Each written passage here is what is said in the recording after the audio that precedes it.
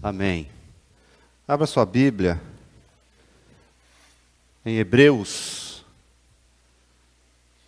capítulo 10, dos versos 19 ao verso 25. Hebreus 10, 19 ao 25. Essa é a porção que Deus colocou no meu coração para trazer à igreja nesta noite.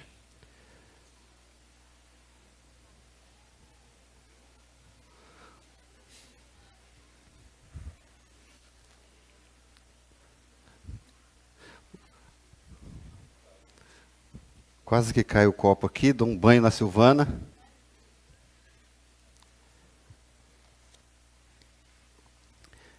Hebreus 10, 19 ao 25. Vamos ler o trecho e o texto bíblico da palavra do nosso Deus.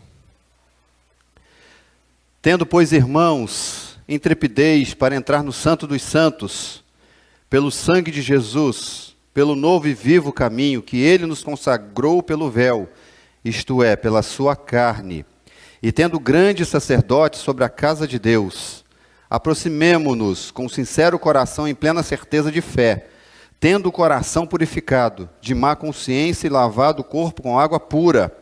Guardemos firme a confissão da esperança sem vacilar, pois quem fez a promessa é fiel. Consideremo-nos também uns aos outros para nos estimularmos ao amor e às boas obras. Não deixemos de congregar-nos, como é costume de alguns.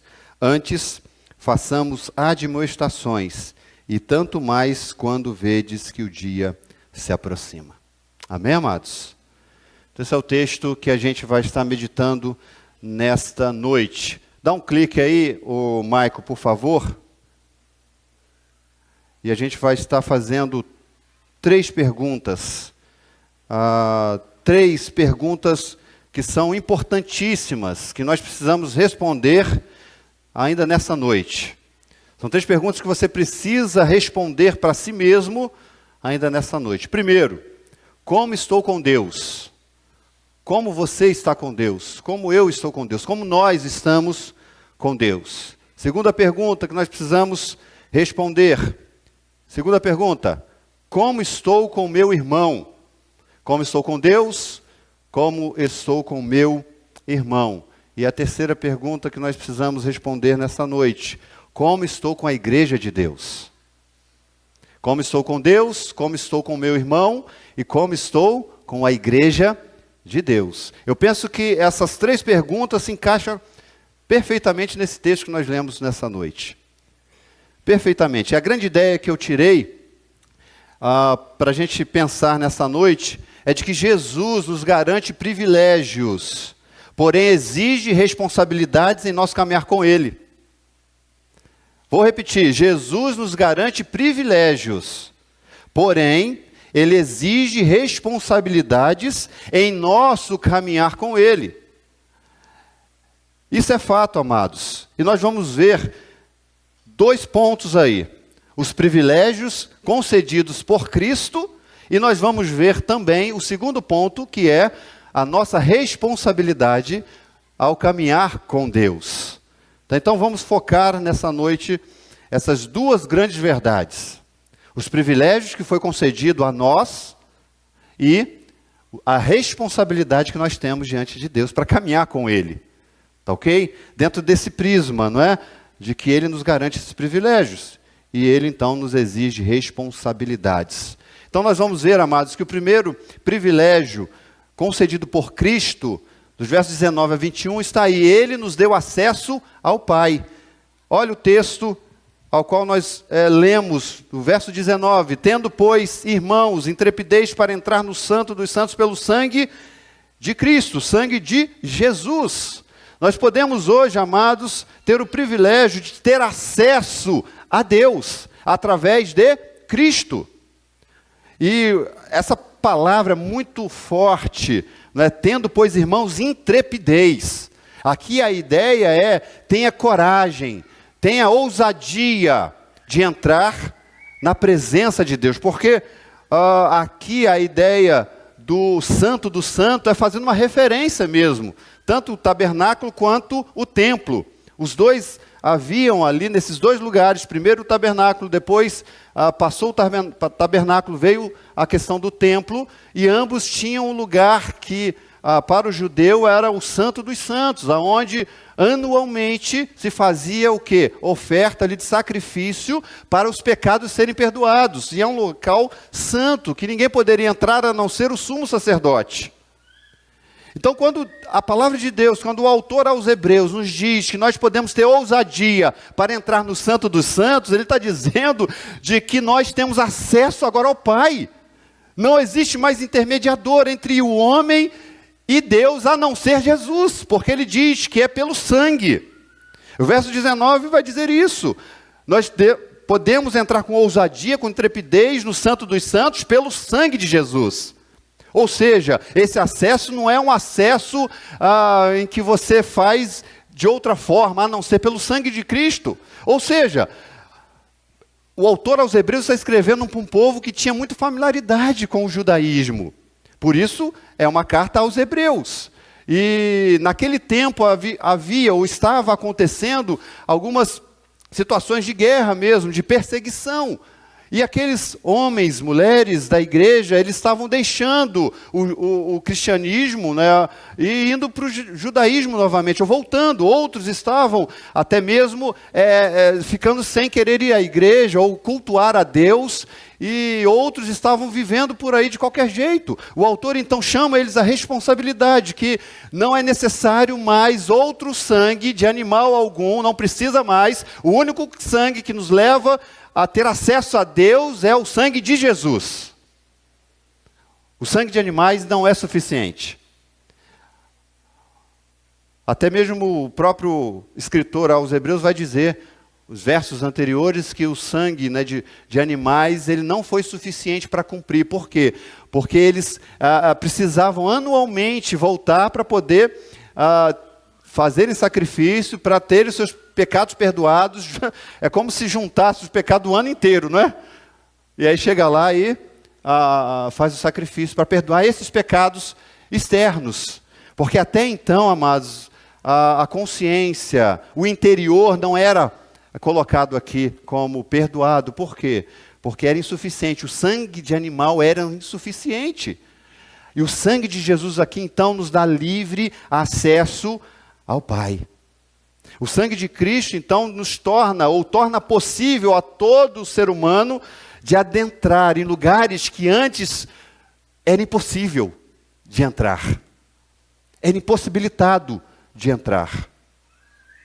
Efésios 3:12, olha que interessante. Por intermédio de quem temos livre acesso a Deus, em plena confiança pela fé em sua pessoa. Paulo está dizendo à igreja de Éfeso de que o sangue de Jesus, somente Jesus, a confiança nele, a fé nele, na pessoa dele, nos dá acesso. E temos livre acesso a Deus. Esse é o ponto aqui. Nele nós encontramos liberdade de entrar, de adentrar. Mas não é para qualquer um, é para aqueles que confiam, não é? É para aqueles que colocam a sua confiança no Senhor. Essa confiança precisa estar na pessoa de Cristo, e não mais em rituais, e não mais em nenhum outro motivo, nenhuma outra forma que você tente fazer para ter acesso a Deus, ela é insuficiente. O único caminho é Cristo, é Jesus.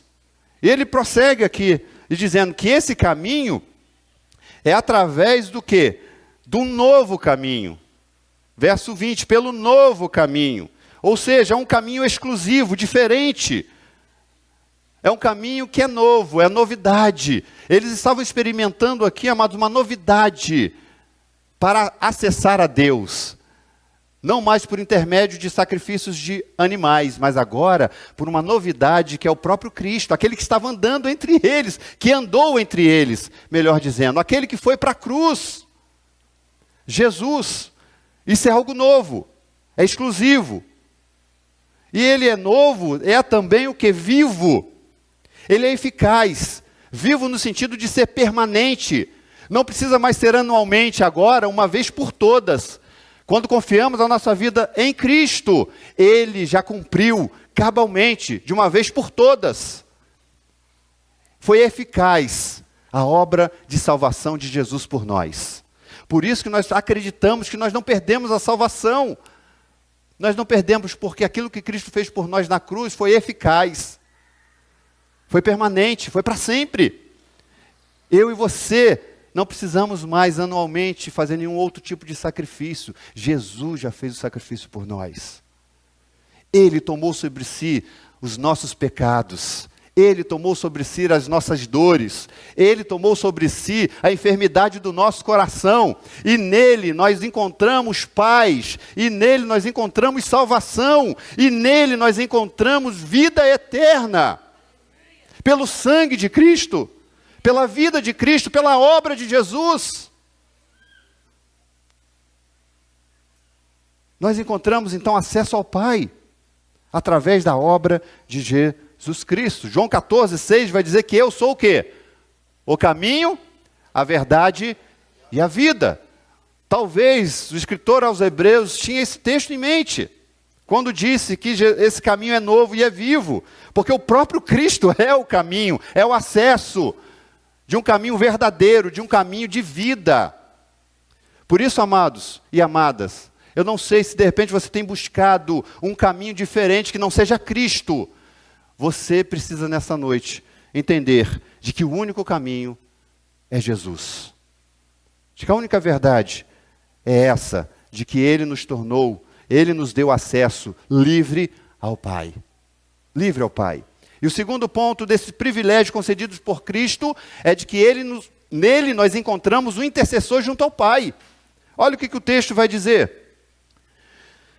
Pelo novo e vivo caminho, verso 20, que Ele nos consagrou pelo véu, ou melhor, no 19, tendo, pois, irmãos, intrepidez para entrar no Santo dos Santos pelo sangue de Jesus, agora o 20, pelo novo e vivo caminho, que Ele nos consagrou pelo véu, isto é, pela sua carne, e tendo grande o quê? Sacerdote sobre a casa de Deus. Nós vamos compreender de que a obra de Jesus, Ele nos garantiu acesso, mas também nos garante de que Ele acompanha e nos acompanhará em todo o tempo, porque Ele se coloca aqui como, o autor aos Hebreus coloca Cristo como um grande sacerdote, e a palavra grande sacerdote é o mesmo que sumo sacerdote. Lembra que o sumo sacerdote é o único que entrava no santo dos santos para poder levar ali o sacrifício. Jesus então agora é esse homem. Jesus não é apenas esse homem que leva o sacrifício, porque Ele se levou para lá. E Ele, além de ser aquele que se levou para lá, Ele é aquele que intercede por nós. Ele é aquele que intercede por nós. Ele é o grande sacerdote. Existe uma lenda, não existe comprovação histórica sobre isso, mas existia algo que na Idade Média surgiu, de que o sumo sacerdote ele entrava com os pés amarrados no Santo dos Santos. Por quê? Porque como é um local santo, um local da presença de Deus, se acontecesse alguma coisa com ele lá, eles puxavam o sumo sacerdote pela corda, para pelo menos o corpo dele sair de lá morto. Isso não tem nenhuma comprovação histórica, nem bíblica, não é? Mas aí dá a ideia de alguém que antes entrava nesse lugar, que era imperfeito. Por quê? Porque ele tinha que levar o sacrifício dele e do povo. Ou seja, ele estava lá, ali naquele local, também dependente daquele sacrifício que ele levava, para suprir ele e o povo. Agora em Cristo, amados, em Jesus Cristo, nós temos aquele que é santo, que é puro, que se entrega por nós e ainda intercede por todos aqueles que confiam nele. Isso é maravilhoso saber de que um Cristo que veio em forma de homem se colocou no nosso lugar. E mais do que isso, amados, Ele nos acompanha na nossa vida, na nossa trajetória. Jesus está nos acompanhando em todo o tempo. Não só Ele, é mais maravilhoso ainda que o Espírito Santo de Deus habita em nós. Aquilo que Jesus falou para os seus discípulos, para acalmar o coração deles, é a pura verdade. Ele disse, olha, eu vou para o Pai. Eu vou para lá, mas eu vou deixar quem com vocês? O Consolador. Mas também a palavra de Deus vai nos dizer de que o próprio Cristo, ele está lá à direita do Pai fazendo o quê? Fazendo o quê, irmãos? Intercedendo por nós. Intercedendo por nós. Então nós temos esse grande privilégio concedido por Cristo, nada além do que? De Cristo. Acesso ao Pai, e encontramos nele também um intercessor junto ao Pai, um intercessor que intercede por nós, e alguém que também deixou o seu Espírito Santo, para nos levar a enxergar a nós mesmos, a nossa pequenez, os nossos pecados, e trazer arrependimento ao nosso coração. Então nós temos o Espírito Santo trabalhando em nós, levando, né? Porque a Bíblia também vai dizer de que o Espírito Santo leva, né, os nossos gemidos, e gemidos inexprimíveis, coisas que nós às vezes não entendemos, e o Espírito Santo entende e leva para Deus. Então nós temos intercessor da terra para o céu, e nós temos intercessor do céu para a terra. É uma dupla intercessão. É algo, sabe, que Deus faz por nós, por meio dos privilégios concedidos por Jesus Cristo. Grande privilégio é pertencer a Deus, ao nosso Deus. Nós vamos também, amados, entender de que nós temos também responsabilidades. Responsabilidades é o segundo ponto. Responsabilidades exigidas para aqueles que estão em Cristo. É muito legal a gente entender de que estamos em Cristo, oba, está tudo legal, tudo maravilha. Isso é fato. Mas Deus exige de nós também algumas responsabilidades. E o fato de muitos não quererem chamar para si essas responsabilidades, acabam se distanciando de Deus, do propósito de Deus, do caminho de Deus, e acabam negando os privilégios. Porque só pode ter acesso ao Pai, só pode ter Cristo como o intercessor, aquele que dá prosseguimento com uma vida de responsabilidade diante de Deus. O camarada que diz que é do Senhor, mas não quer saber das coisas de Deus, é um picareta. Você ri, né, Gabriel? É um picareta. Só está na igreja para receber bênçãos. Só está na igreja para receber tapinha nas costas. Só está na igreja para ter os privilégios de Cristo. Só está na igreja para receber e receber. Deus nos chama para uma responsabilidade, porque quem quer ter acesso ao Pai, quem quer ter Cristo como intercessor, precisa se submeter ao senhorio de Cristo. Isso significa ter responsabilidades. E nós vamos ver algumas aqui nessa noite. Eu creio que o tempo vai dar. Vamos lá, primeira responsabilidade. Nós vamos ver no verso 22. Aproximemo-nos. O texto diz que nós devemos nos aproximar. Aproximemo-nos. E esse aproximar é interessante, porque ele significa concordar com os requisitos estabelecidos por aquele que nos chama para aproximar a Ele. Essa é a ideia aqui, desse aproximemo-nos. Concordar com os requisitos estabelecidos por aquele que está nos chamando para se aproximar a Ele. É dessa forma que Cristo nos chama nessa noite. É dessa forma que Deus nos chama nessa noite a se aproximar a Ele, de acordo com os privilégios que já foram estabelecidos. E aí a gente vai perceber, de que primeiro, a gente tem que se aproximar com o coração o quê? Com o coração o quê, amados? É o que o texto diz, aproximemo-nos com sincero coração, ou com coração sincero.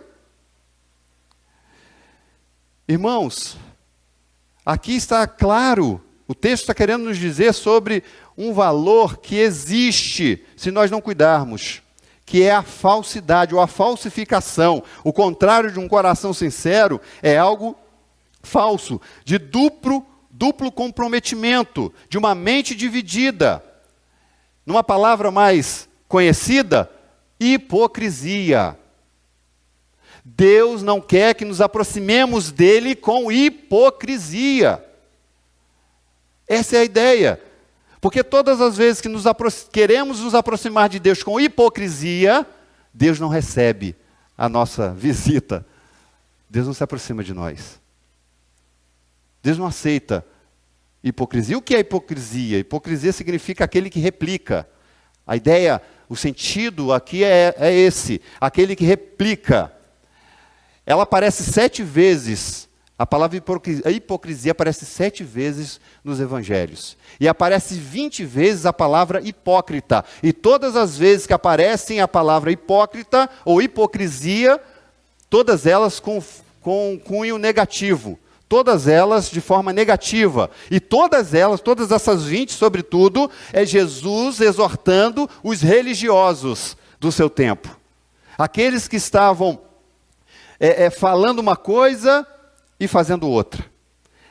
Aqueles que estavam com uma espiritualidade entre a população diferente daquilo que ele fazia em público.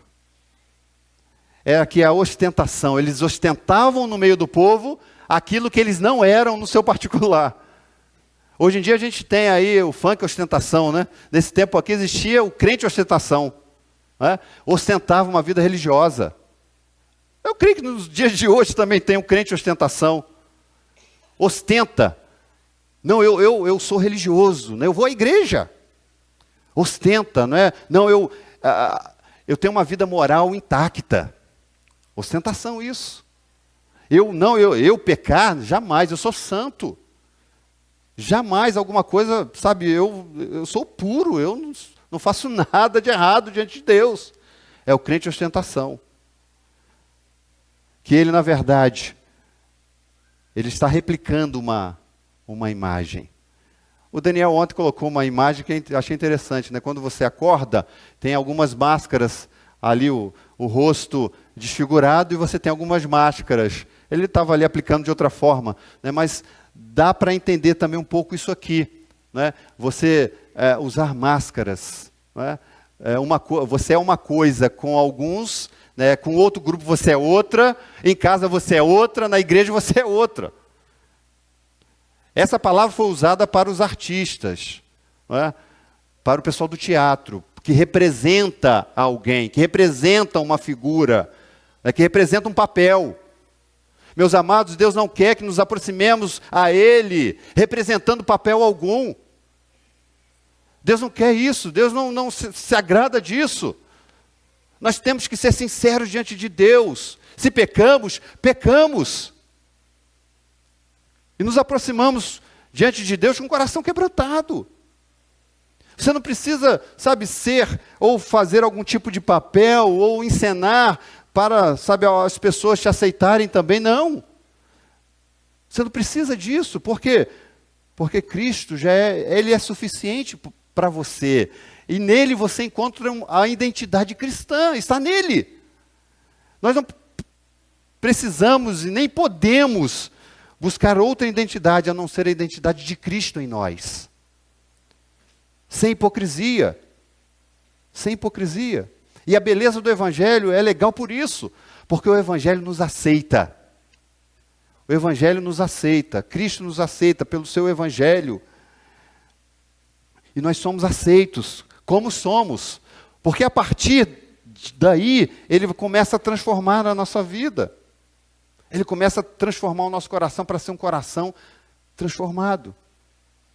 Nós precisamos reconhecer diante de Deus quem somos, com um coração sincero. Se você está querendo se chegar a Deus, se não for com um coração sincero, você não vai conseguir.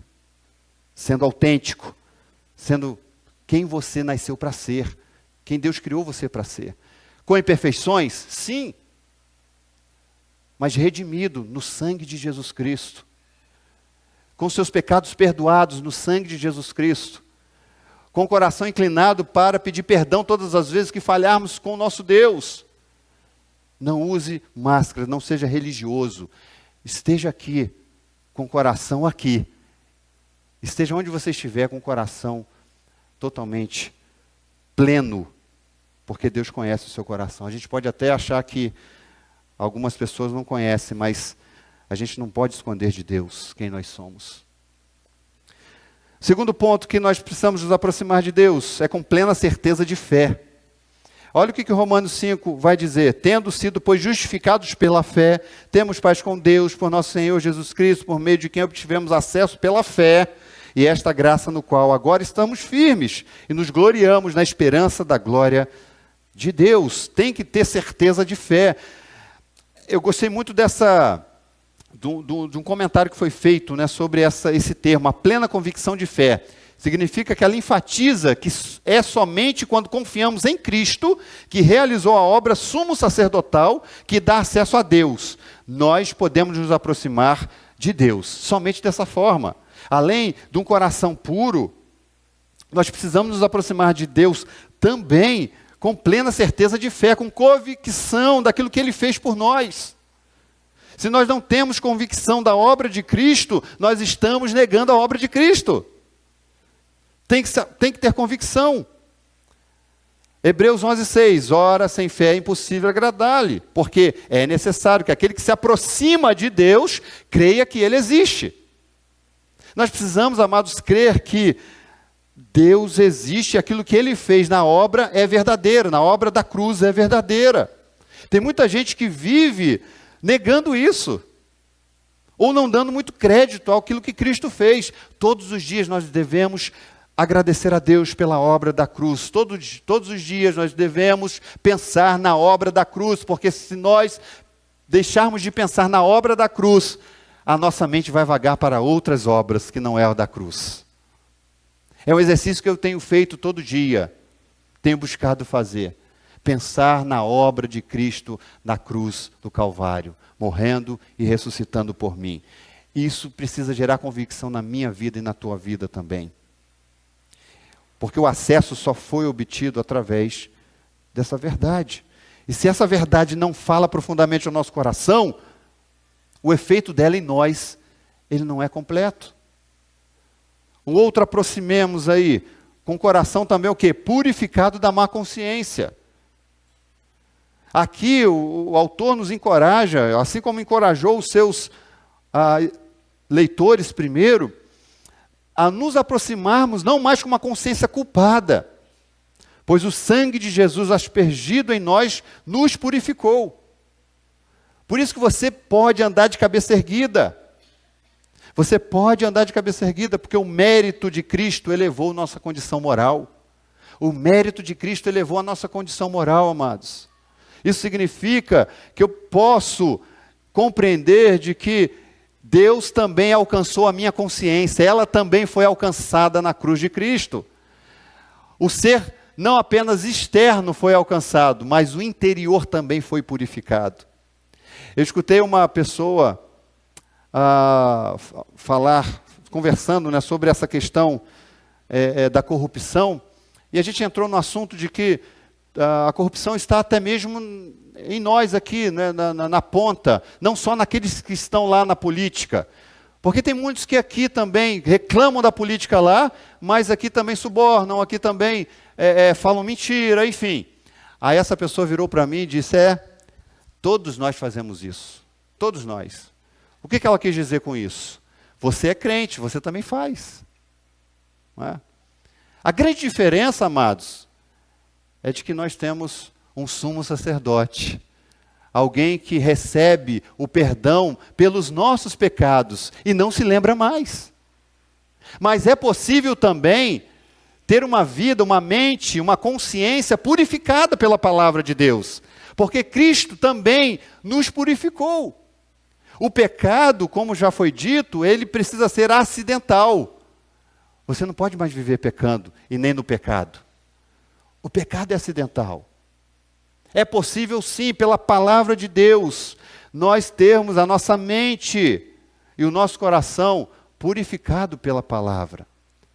Nós precisamos então chegar a Deus com o coração purificado de má consciência, entendendo de que o pecado já é perdoado e que nós não podemos mais viver no pecado. E que a obra de Cristo foi suficiente para também nos purificar por dentro, mesmo que eventualmente você peque. Mesmo que eventualmente você venha a errar contra o Senhor. Olha o que Hebreus também, né, cita aqui. Hebreus 9, 13 e 14. Ora, o sangue de bodes e touros e as cinzas de uma novilha espalhadas sobre os que estão cerimonialmente impuros, os santificam de forma que se tornam exteriormente puros. Quanto mais, então, o sangue de Cristo, que pelo Espírito eterno se ofereceu de forma imaculada a Deus. Aí olha só o que ele vai dizer: purificará a nossa consciência de atos que levam à morte, de modo que sirvamos ao Deus vivo.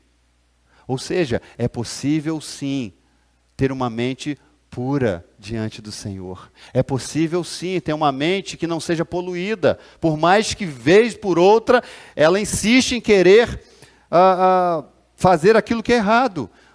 Na palavra de Deus nós encontramos subsídios de levar cativos nossos pensamentos a Deus, para que a nossa vida seja purificada dia após dia. Prosseguindo, aproximemo-nos também com o corpo lavado com água pura. É outra questão que ele coloca.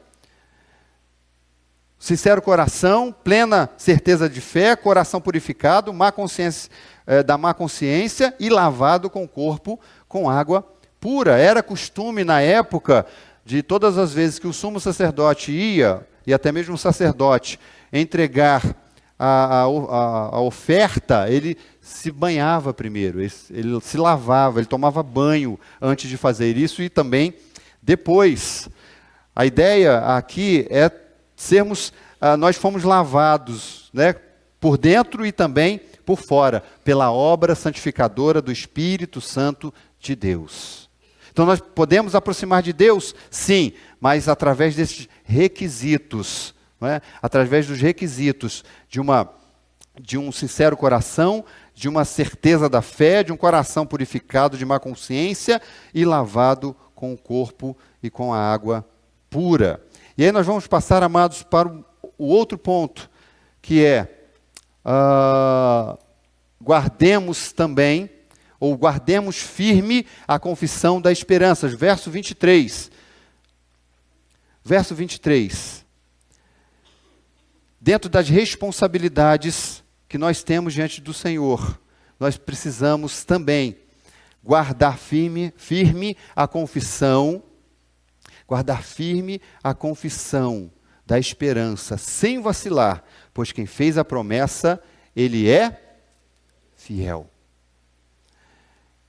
Em meio às perseguições e aflições, é fácil uma pessoa tentar abandonar a esperança, ou ter a esperança de forma longínqua da sua realidade de vida. Aqui, o autor está escrevendo àqueles que estavam perdendo a sua esperança. Por quê? Porque a perseguição está vindo com força. Aqui, mais ou menos, ali nos anos 70, justamente quando o templo foi derrubado, provavelmente. O que acontece? Havia a expectativa da volta de Cristo ser iminente. Eles aguardavam a volta de Jesus naquele tempo. Só que Jesus não voltou naquele tempo. A esperança daqueles homens estavam o quê? Sendo enfraquecida. E aí o que o autor então escreve? Olha, nós devemos guardar firme a confissão da esperança. Não saiam dessa convicção, não tirem essa convicção da esperança do seu coração. E aplicando para os nossos dias, nós também hoje temos várias possibilidades de perder do foco, né, o foco da esperança. E a palavra esperança aqui, ela é muito interessante porque é a ideia de uma confiança futura. Não é esperança para o presente. É uma esperança, a ideia aqui é esperar por algo que vai vir. E quem é que vai vir? Quem é que vai vir? Cristo, Jesus. Nós precisamos nutrir no nosso coração a esperança de que Cristo está voltando e a qualquer momento Ele volta. E isso vai fazer com que a minha vida e a sua vida, ela tenha impactos para nos fazer permanecer firmes aqui. Não vacilando, não querendo abandonar Deus e os seus privilégios, não querendo abandonar a igreja. Quando nós temos o foco em Jesus, no seu retorno, a nossa mente ela está firme em algo que é concreto, que é sólido, que é o retorno de Cristo Jesus. O que nos faz, amados, perseverar é saber de que Jesus vai voltar. se a sua esperança está sendo colocada em outra coisa, em outro lugar, você vai desanimar. Você vai sair da igreja. Você vai perder o foco. E aí, normalmente, aonde nós colocamos o foco? No irmão. Nós colocamos o foco nos erros da igreja. Nós colocamos o foco dos problemas. Nós colocamos o foco na nossa vida transitória, terrena, vazia. O que Deus está querendo nos mostrar nessa noite é de que esses privilégios que Ele nos deu, de acesso a Ele, precisa ter como responsabilidade a nossa vida, no sentido de guardarmos. Isso aqui é nós que vamos guardar. Porque aquilo que Deus fez, Ele já fez. Está aberto, temos acesso. Agora, há uma responsabilidade nossa em guardar essa verdade que Jesus nos deu e nos colocou. Guardar essa verdade de que Ele vai voltar. De que Ele morreu, mas Ele ressuscitou, está à direita do Pai, intercedendo por nós, mas vai voltar. Ele vai voltar. E o fato, então, da igreja reunida e sendo preparada é o objetivo do retorno do noivo. Nós somos igrejas, amados, igreja reunida, a igreja que vai subir, com o propósito de ser adornada para poder então receber o noivo quando ele voltar. Isso significa o quê? Que nós estamos sendo trabalhados para poder então nos encontrar com o noivo. E isso não pode sair da minha mente, nem do meu coração. Olha o que 1 Pedro 1,3 diz: Bendito seja o Deus e Pai de nosso Senhor Jesus Cristo, conforme a sua grande misericórdia, Ele nos regenerou para uma esperança viva, por meio da ressurreição de Jesus Cristo dentre os mortos. É uma esperança viva, sólida, de que o Cristo que saiu dentre os mortos é o mesmo Cristo que vai voltar. Olha o que Tito 3,7, Paulo diz a Tito 3,7. Ele fez a fim de que, justificados por sua graça, nos tornemos seus herdeiros, tendo a esperança da vida eterna. Olha a esperança aqui, da vida eterna. Então nós precisamos guardar o quê? Firme a esperança da vida eterna. No meio dessa transitoriedade da vida, as mudanças que ocorrem dos valores, as mudanças que o mundo sofre, ano após ano, nós precisamos estar firmes na promessa de que Ele vai voltar, porque essa promessa nunca vai mudar. O mundo muda, os valores do mundo mudam, casas são levantadas, derrubadas, a sociedade entra, cada período ela está movida num paradigma. Ela muda, os tempos não são mais os mesmos desse tempo aqui da Bíblia, mas a verdade de que Jesus vai voltar jamais mudou para esse tempo e para os dias de hoje. Nós precisamos crer nisso, amados. Esperança do retorno de Jesus. E isso às vezes faz a gente murmurar muito, a olhar para esse mundo transitório e achar de que o problema do mundo é que tem que melhorar as finanças, tem que melhorar isso, melhorar aquilo. Sim, eu concordo, tem que melhorar, mas a nossa vida não está focada aqui. Lembre-se disso, a sua vida está na eternidade. Pense nisso, espere por isso. Porque, sinceramente, está difícil o mundo melhorar. Está difícil o mundo melhorar. Se a sua fé está focada nisso, você vai desanimar. Não tem como.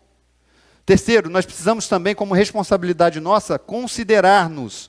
Verso 24, considerarmos-nos também uns aos outros. Aqui a palavra considerar tem um sentido de prestar muita atenção, notar a situação da pessoa, estudar a situação de cada um na igreja. Olha que desafio que o autor aos Hebreus nos coloca também, que nós devemos ter uma cumplicidade de tal forma uns com os outros, que nós devemos considerar o outro, a ponto de olhar para a vida dele e prestar muita atenção, não para fofocar, não para falar mal, não para fazer piadinha do irmão, mas é para ver se o irmão está necessitando do meu apoio, da minha ajuda. Amados, como nós temos sido negligentes em muitos momentos sobre esse cuidado uns pelos outros, uns com os outros. A igreja que Jesus estabeleceu é uma igreja para viver em amor, em unidade, em boas obras, é o que o texto vai dizer daqui a pouco.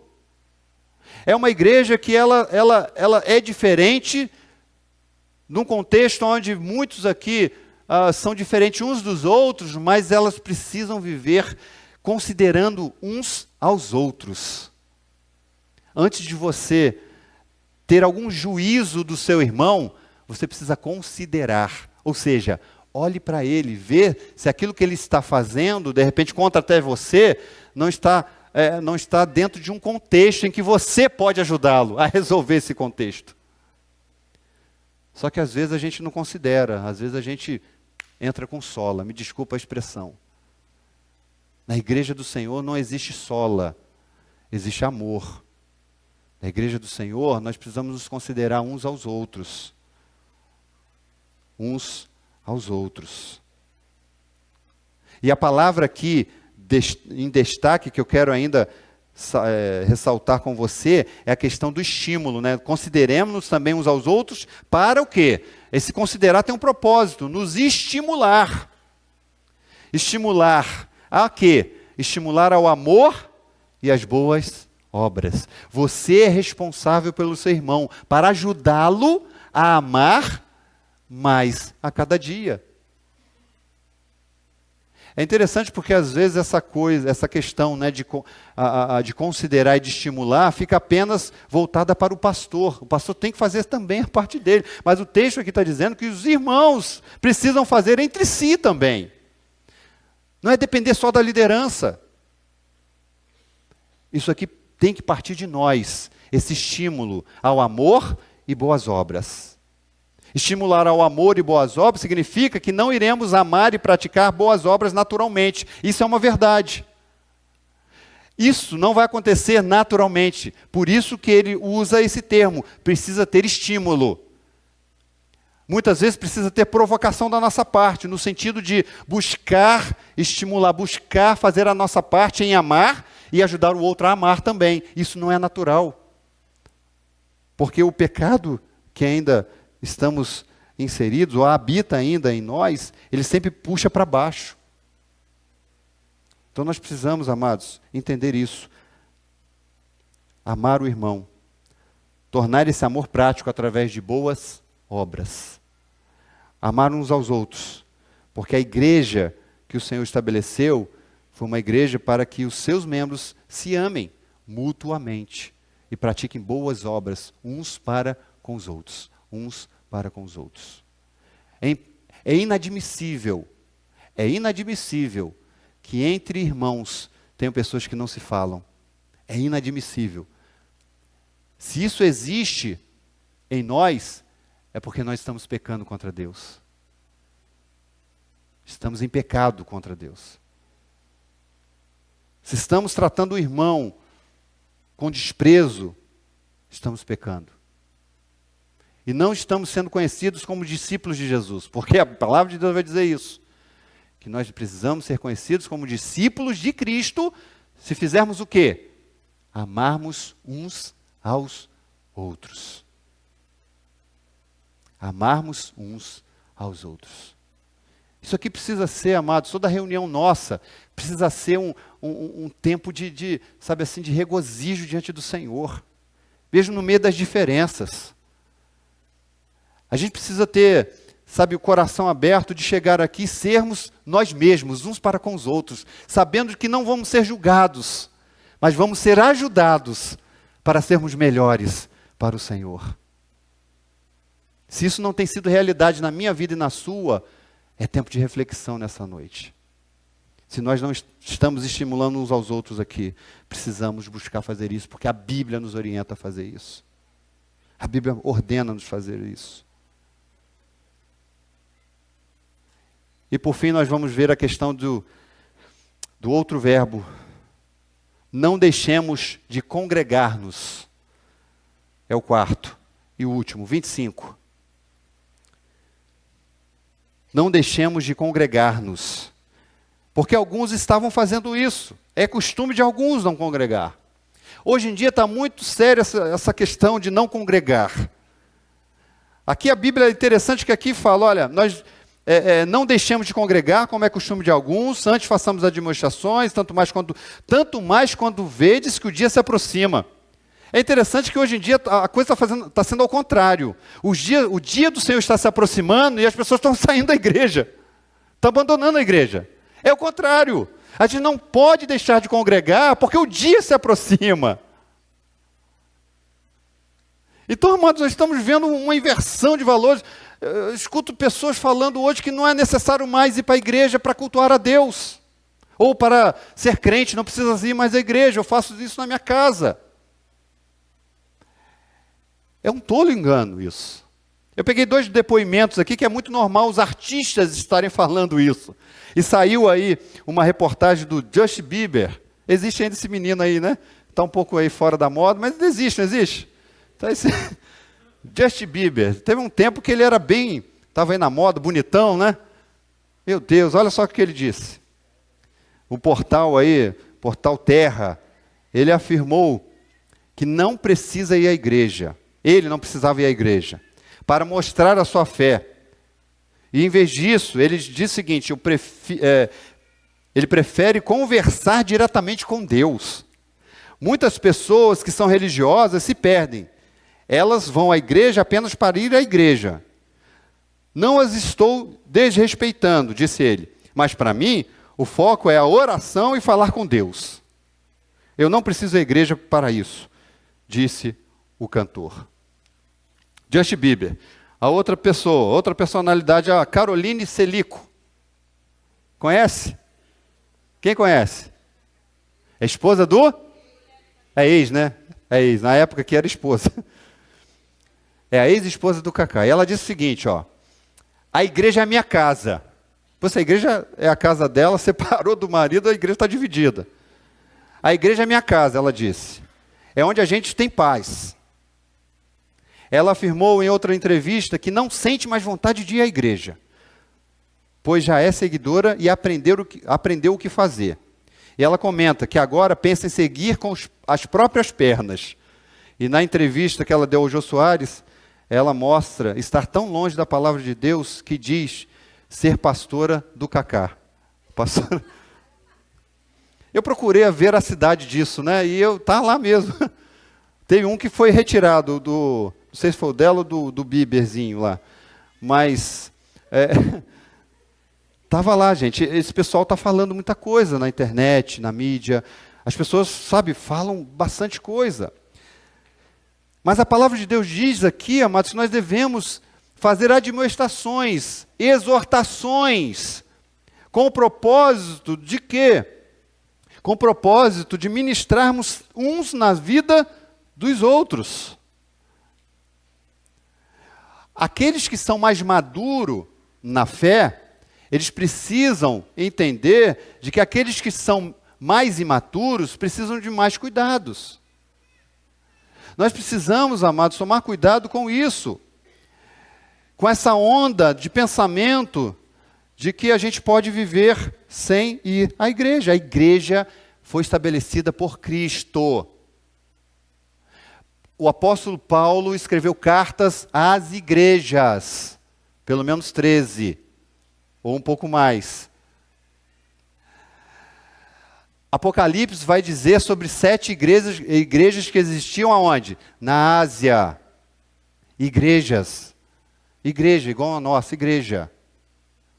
Jesus ia ao templo, fazer as suas orações e participar em culto comunitário.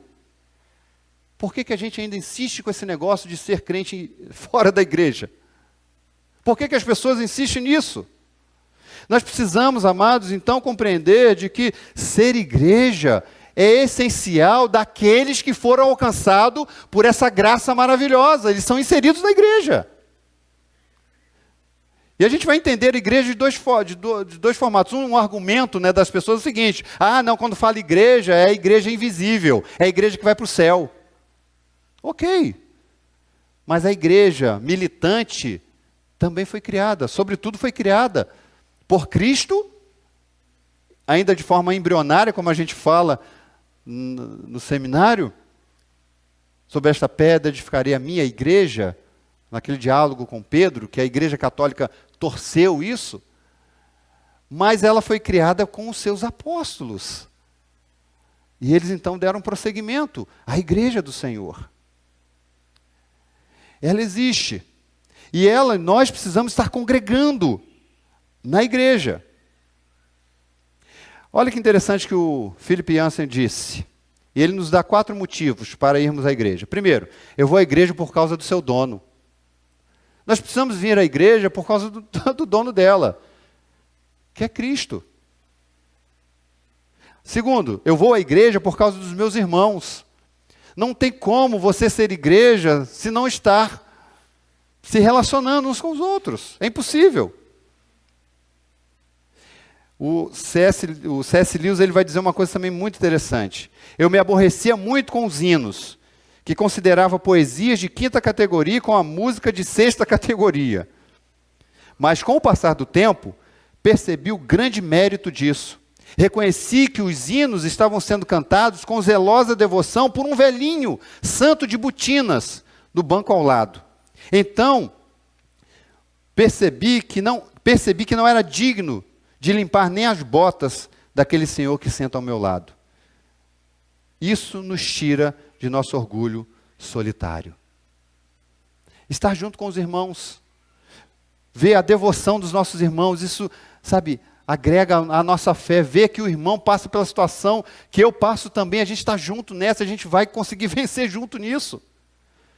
Igreja é importante, amados, é primordial para o nosso crescimento, para sermos pastoreados. Terceiro motivo que o Philip Yancey diz, para ir à igreja, eu vou à igreja por causa dos perdidos. A igreja existe para alcançar e acolher os de fora. William Templin disse, a igreja é a única sociedade cooperativa do mundo que existe em benefício dos que não são membros dela. Isso é verdade, porque o clube existe para quê? Para os seus membros. A igreja, ela existe para aqueles que não são membros, porque a igreja está alcançando os outros, os outros, os outros e os outros. Como é que nós alcançaríamos essas crianças do PEP se não fôssemos igrejas, hein, Juliana? Como é que alcançaríamos?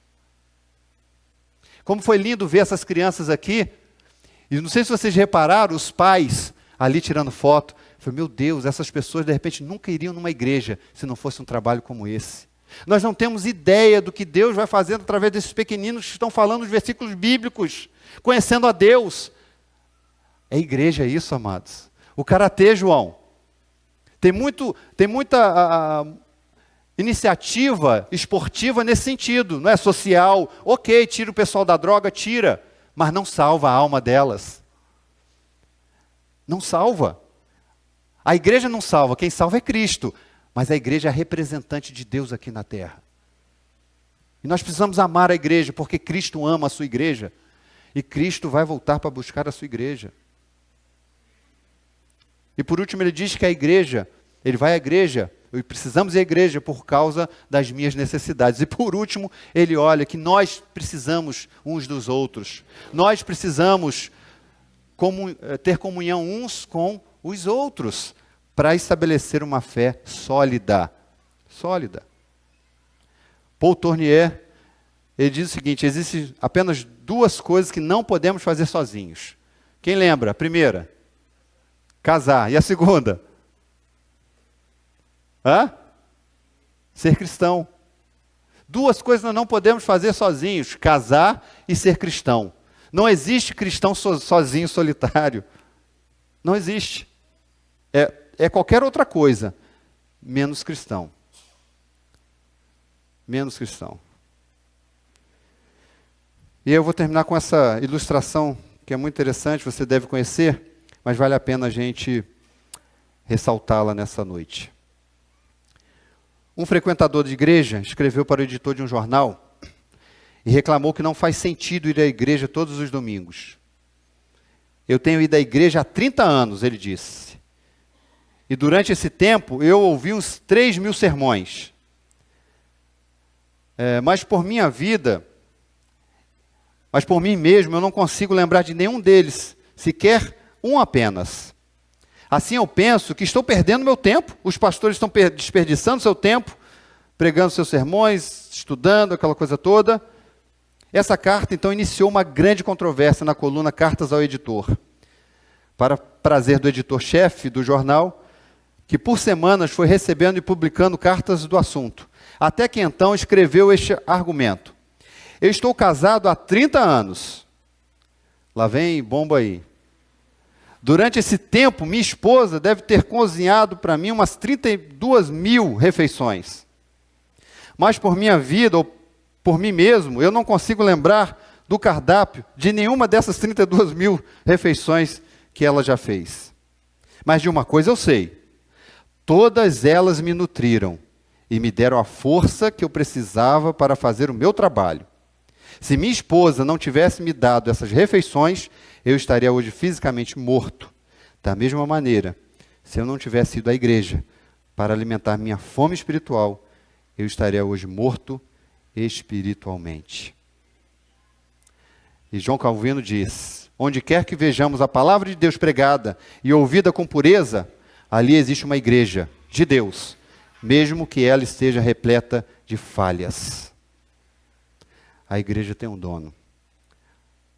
E o seu nome é Jesus Cristo. Não desanime, não se deixe desanimar de tantos problemas que às vezes a gente tem dentro da igreja.